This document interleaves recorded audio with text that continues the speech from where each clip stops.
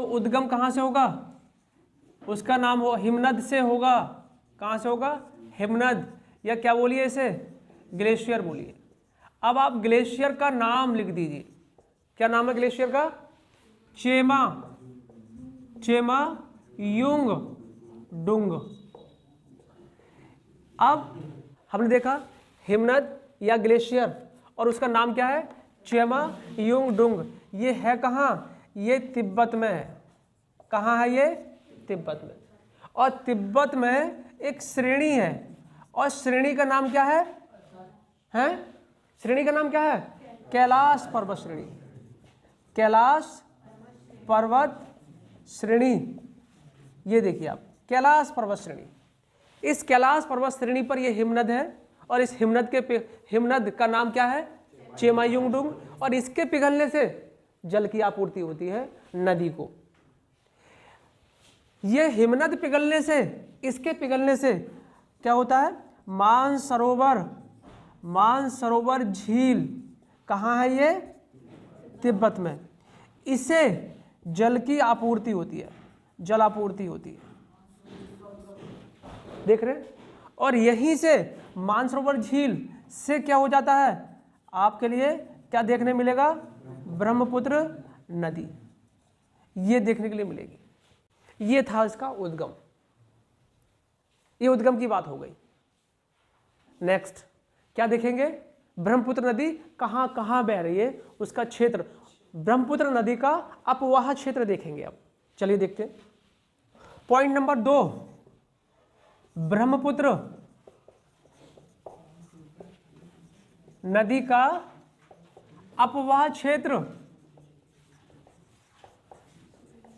अपवाह क्षेत्र कहाँ कहाँ है?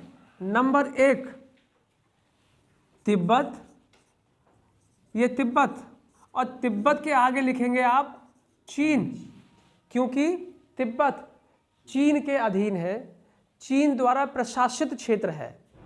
ठीक है, चीन द्वारा शासित क्षेत्र है। Number 2 Bharat, number 3 Bangladesh. ये देखें, इन 3 देशों में तो कुल कितने देश हो गए? कुल 3 देश हो गए।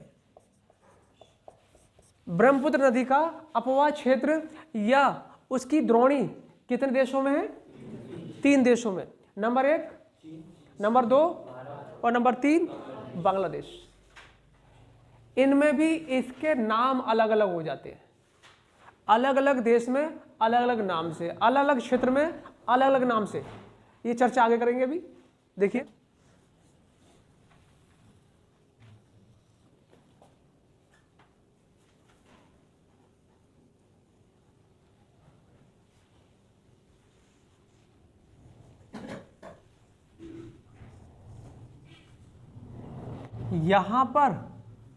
यहां पर एक झील मिलेगी आपको। ये झील है, और झील का नाम क्या है?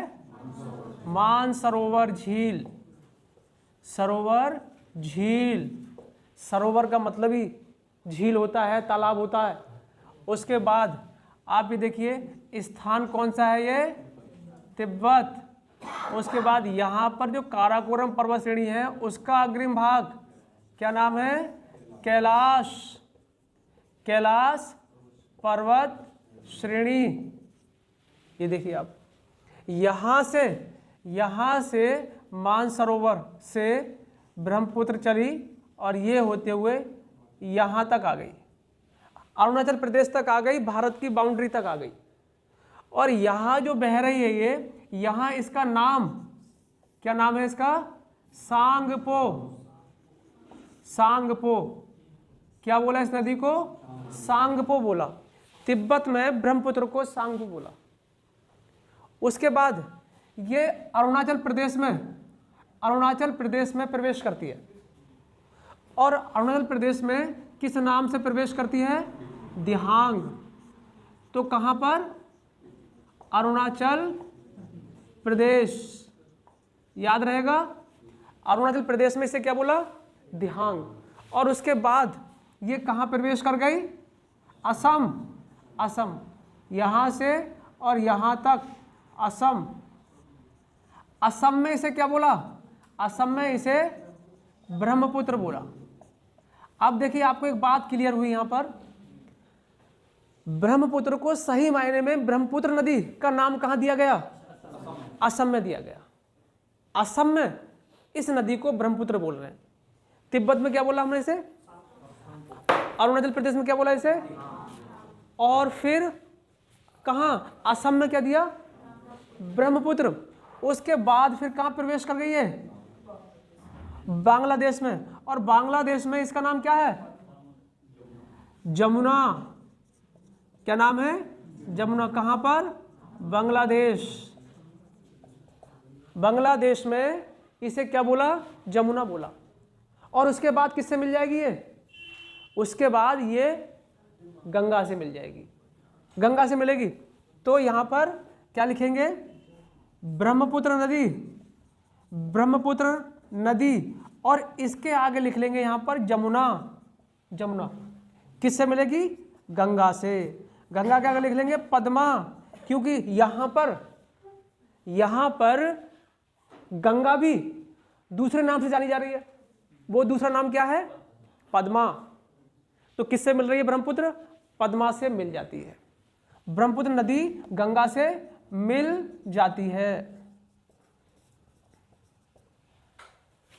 और दोनों मिलकर फिर किस नाम से हैं? पद्मा के नाम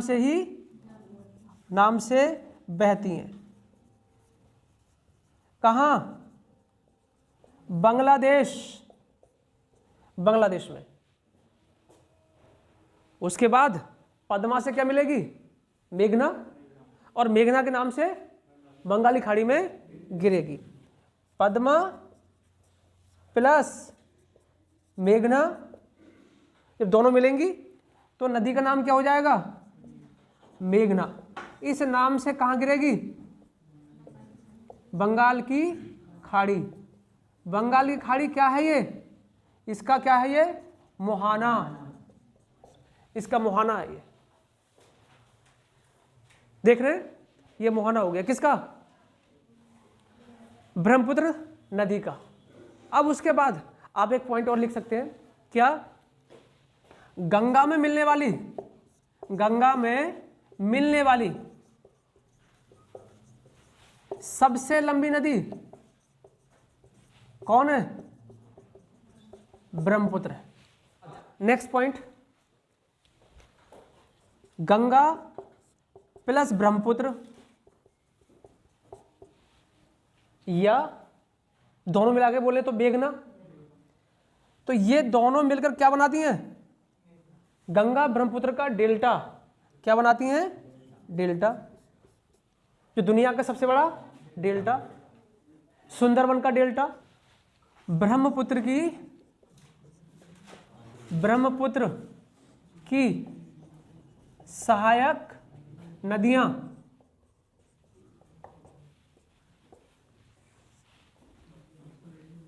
इसे दो भागों में बांटेंगे। दाईं ओर से मिलने वाली और बाईं ओर से मिलने वाली, दो भागों में बांट देते हैं इसे। हम ब्रह्मपुत्र की सहायक नदियां जिसमें दाईं ओर से देख रहे हैं और बाईं ओर से देख रहे हैं। दाईं ओर से मिलने वाली नदियां सुवर्णश्री, मानस, तिस्ता। उधर बाईं ओर से मिलने वाली नदियां लोहित, धनश्री, दिबांग और कपिली। सर्वाधिक चौड़ी घाटी में बहने वाली नदी। ये देखिए एक बात हो गई। नंबर 2, गुम्फित प्रतिरूप का निर्माण करने वाली नदी। नदी घाटी में बड़े पैमाने पर द्वीपों का निर्माण करती है, निर्माण करती है। नंबर 4 माजुली द्वीप, माजुली द्वीप ब्रह्मपुत्र घाटी में, घाटी में दुनिया का सबसे बड़ा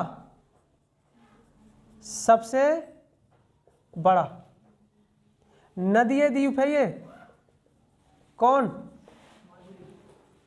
माजुली, सबसे बड़ा नदीय द्वीप।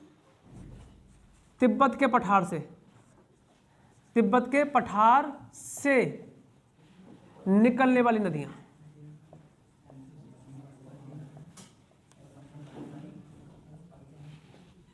नंबर 1 सिंधु,